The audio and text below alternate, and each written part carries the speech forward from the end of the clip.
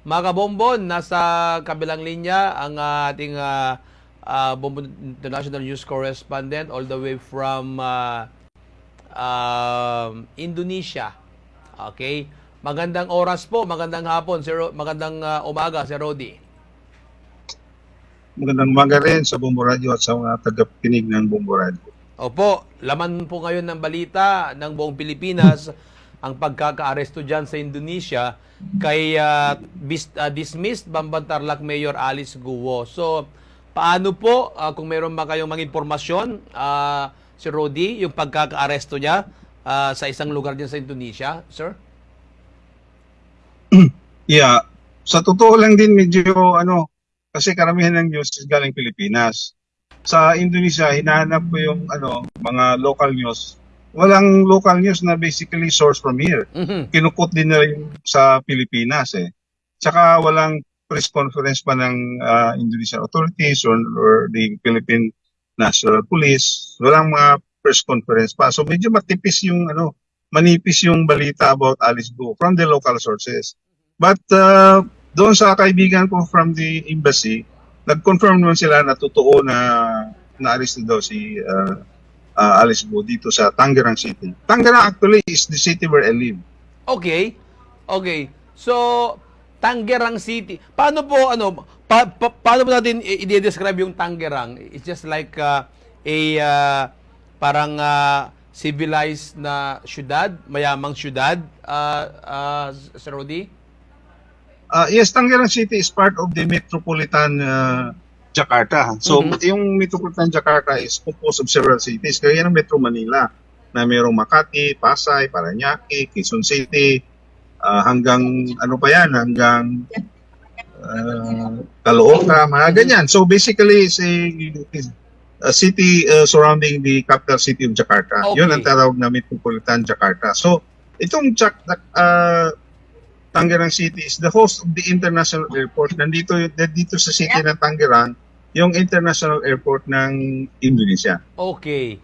So parang kumbaga kung saan siya na-aresto, parang sa madaling salita, pag sa atin dito sa Pilipinas, sabihin natin sa Manila. Sa Manila, whether ito ay nasa Quezon City, Parañaque, Makati, Las Piñas, San Juan City. So nasa Metro Manila area itong Tangerang. Yes. Opo. Okay. Correct. Oo. So, paano yung pagkakasabi po ng kaibigan nyo? Na-aresto na siya? Paano ba? Ibabalik sa Pilipinas? Ganun po ba, Sir Rodi? Yun lang. Hindi niya pwedeng masabi yung ibang detalya. Nag-confirm lang siya kasi sabi ko manipis naman yung news dito sa local eh. Wala pang press conference, walang sa social media, wala rin kahit mga nagba-vlogs, wala rin eh. So, in fact, yung mga local news, nakita ko, 3 local news yung mga online, kinukot nila yung sa NBI. Opo. Na nangyari dyan na statement nila na na-arrest daw si Alice Guo. So, yun ang kinukot nila as a source. Opo. Ng mga local news. Pati rin dito, sir eh. Dito naman, ang kinukot nila, yung mga Indonesian police, like yung mga, yun nga, na-aresto sa Tangerang at ngayon ay sabi nila nasa police custody siya, nasa part ng Jatanras Mabes Polri. Yun ang sinasabi nila. Malapit ba rin dyan, sir, yung area na sinasabi ko? Mabis Polri, actually, pag sinasabi mong Mabis, is actually Marcas Bizar. Parang sa yan, panaka-headquarters ng police. Okay. Ano ba sa atin? Krami ba? Aguinaldo sa police okay. ba? Sige po.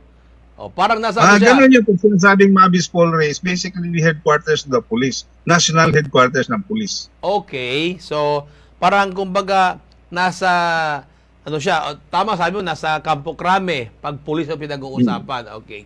Okay, so baka siguro sir, baka hindi nila siguro kilala masyado si Alice Guo, para kaya talagang hindi ganun yung pagkakaano ng tao diyan, Sir Rodi. Hindi, kasi yung mga Indonesian, hindi sila as a people pag mga itong news nasa authorities, hindi masyado pinag-usapan ng mga Indonesians. Hindi naman of their interest eh. Tama.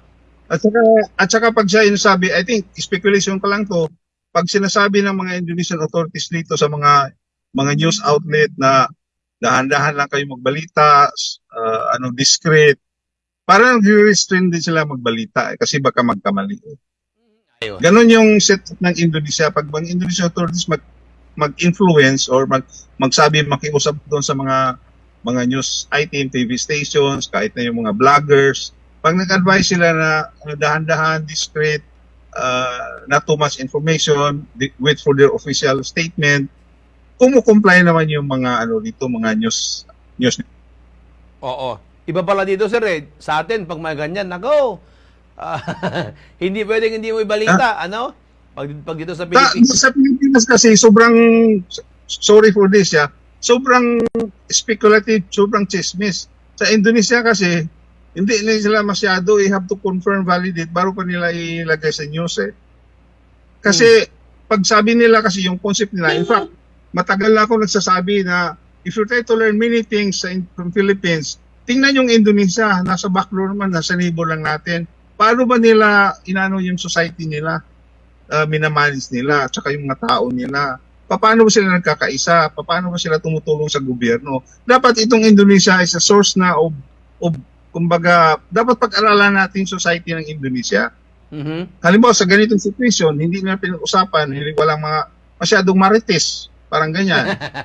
kasi naisip kasi nila, if maraming kumbaga, ang tawag nila dito hindi fake news, ang tawag nila dito is a hoax. Mas matindi pa yun sa fake news. Hoax, ibig sabihin, wala kang reliable source na pwede mong validate, tapos in-use mo yun, may kasalanan yan sa sarili mo. Ganun yung society ng Indonesia As an individual at saka news team, ganun yung isip nila. Hindi lang makakuha lang kung ano-anong news para may views, mga ganun. So talagang nag-iisip sila as a people. Opo. Sir Rudy dito, nako, si ano yan? Kasi lahat dito may association Ito, kapatid ni ano yan. Alam yung ganito, yung chicks ni ganyan. Okay. Iba pala yung sir, iba pala yung how people treat reporting dyan sa Indonesia as compared dito sa sa Pilipinas, sir. Okay. So palagi ko ito, may speculations nag-advise yung Indonesian sa mga, especially sa mga news network, maano lang naman yan, isang broadcast lang yan, whatever, na mag-antay ng official news from the government. Opo. Bago pa sila mag-news. Siguro that's the reason siguro na kahit yung mga local news, nagkukot doon sa source nila sa Manila. Opo. Sir Rudy, isa rin sa napakalaking kaganapan ngayon sa Indonesia, yung pagbisita ng Santo Papa. So far ngayon, kumusta ang tao dyan, ang ating mga Filipino community, yung mga Roman Catholic dyan sa Indonesia, with regards sa papal visit, Sir Rudy? Excited yung mga Catholics dito sa Indonesia, although they are a minority here, but they're so excited, welcoming. Tapos, medyo organized kasi like every diocese, may mga allocated sila. Hindi yung kanya-kanyang sino na lang di allocated halimbawa sa Baclaran na area, Valenzuela, whatever. May allocation sila ng mga tao na number of people. Tapos pinapalist pa in advance to represent different different parishes or archdioceses. Okay. Saan, sir, mayroon ka ba idea kung saan pupunta si Pope Francis, particular dyan sa Indonesia? Pagkakalam ko doon sa biggest, yung stadium nila ng Indonesia, yung Bung Karno is actually malaking malaking events yan, malaking stadium. So, in fact, pag may mga international games, may mga field sila doon na football, basketball. Pero ewan ko kung anong building in but one of those facilities kasi malawak yung Bung Karno Stadium na area. Kailan po yan, sir? Kailan, Sir Rudy? I guess ito na bukas siguro kasi yung mga rin namin kakilala, may mga nakalista na sila mag-attend. Okay. Mga ganyan. Opo. Kumusta po yung ating mga kababayan, yung ating mga Filipino community, yung ating mga Roman Catholic na mga Filipinos dyan? Kumusta kayo, yung pakiramdam nyo at kayo ay binisita ng Santo Papa, Sir Rudy? Masaya naman kasi kailan kami nagpa-list doon kasi bigyan na namin sa mga Indonesians, they're more excited kasi limited nga ang supplies namin. Mhm. Maraming parishioners, tapos konti yung allocated number of seats. So, bigyan na namin sa mga friends namin Indonesians yung Oo. seat. But as a community, we're so excited, we're happy na napunta rito yung Santo Papa. Pagkatapos, yun, pinag-usapan lang sa social media, konti, pero hindi masyado intensive. Halimbawa yung pa-Alice Go, Mhm. sa WhatsApp group namin, pinag-usapan din na na-arrested, ganyan. So, Mhm. pero hindi masyado yung, kumbaga, wala masyadong discussion maigi sa ano. Although, yung mga Pilipino rito, they're only following in the Senate hearing, ganyan. Gano'n, nag-update lang. Pero hindi masyadong pinag-usapan. But sa totoo lang, hindi rin namin masyadong pinag-usapan yung ganyan kahit na sa mga locals namin kasi hindi siya magandang i-share sa mga Indonesia, sa mga locals eh. Mhm. Okay. Sir, taga saan ka sa ano sir, sa Pilipinas? Sorry ha. Taga saan ka sa Actually, Pilipinas? I'm from Northern Mindanao, tapos yung sa kabataan ko sa I studied in Cebu, tapos work in Cebu and Manila bago napunta ng Indonesia. Okay. Sir, ilang taong ka sa Indonesia, Sir Rodi? 40 years na po ako rito. Wow. Anong work mo dyan, Sir Rodi? Nag-retire ako sa corporate. I'm an independent consultant now. Business consultant, consultant. Tapos part academe na ako ngayon. Okay. So, parang meron kang sir, na pasahero sa likod Oh, yeah, my wife is here. Hi, ma'am. Hello po. Okay. Kumusta po sir? So, ang pamilya nandiyan na, sir. Diyan na rin nag-aaral yung mga anak.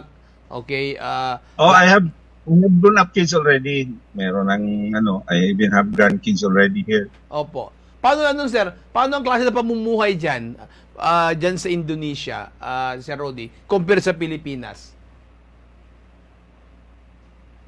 I mean, if you ask me honestly, I think better off dito kaya tumagal na ako rito eh. Siguro kung ganun yung tanong mo. Kasi originally, yung assignment ko is 3 years lang. Medyo when I was still a young professional, tapos na-extend hanggang eventually I look at many things, compare and contrast Philippines and Indonesia. Eventually, as a family, we decided to stay here. So, dito na kami nitirahan. So, pabalik-balik naman kami ng Pilipinas for vacation. Okay, paano yan, sir? Meron ka na kayong dyan? Parang visa? O parang green card, Sir Rodi, ganon? Yeah. We are a permanent resident here. Okay, so, pag-election, dyan na rin kayo bumuboto, lahat-lahat na, sir? Yes, correct. Okay. Sir Rodi, thank you. Kung meron kayong gustong batiin sa mga Northern Mindanao, sa ating mga kababayan doon sa region, sa Caraga. Tama ba, sir? Caraga region? Sir Rodi? Yes, I'm from Caraga. Okay. Sige, sir. Kung meron kayong gustong batiin doon, sa pamamagitan ng Bombo Radio, tayo napapanood worldwide at napapakinggan din worldwide, Sir Rodi. Gusto ko lang i-suggest being a long-time resident of Indonesia. Indonesia is a good source of learning, many things.